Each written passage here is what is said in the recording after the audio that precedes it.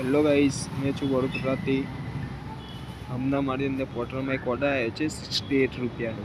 એને આપણે કેન્સલ કરીએ છીએ. લેવાનું છે યાકુતપુરા, આપવાનું છે કારેલીબાગ. ચાલો જોઈએ છે એને કેન્સલ કરીએ.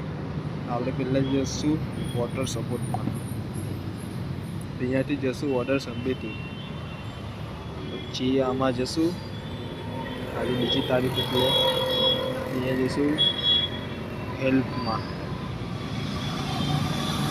बातचीत शुरू कीजिए. ऑर्डर रद्द करने से सबमिट. आपने ऑर्डर रद्द करने के लिए कहा, मैं ऑर्डर रद्द करना चाहता हूँ, ग्राहक संख्या पर उपलब्ध नहीं है. मैं ऑर्डर रद्द करना चाहता हूँ. बराबर.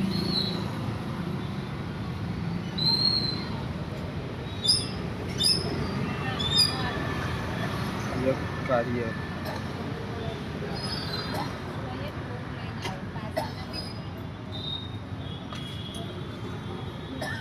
देखो गाइस, 2 घंटे के लिए सस्पेंड कर दिया जाएगा.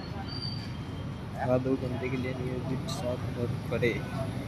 अभी मेरे को 2 घंटे के लिए सस्पेंड कर दिया जाएगा.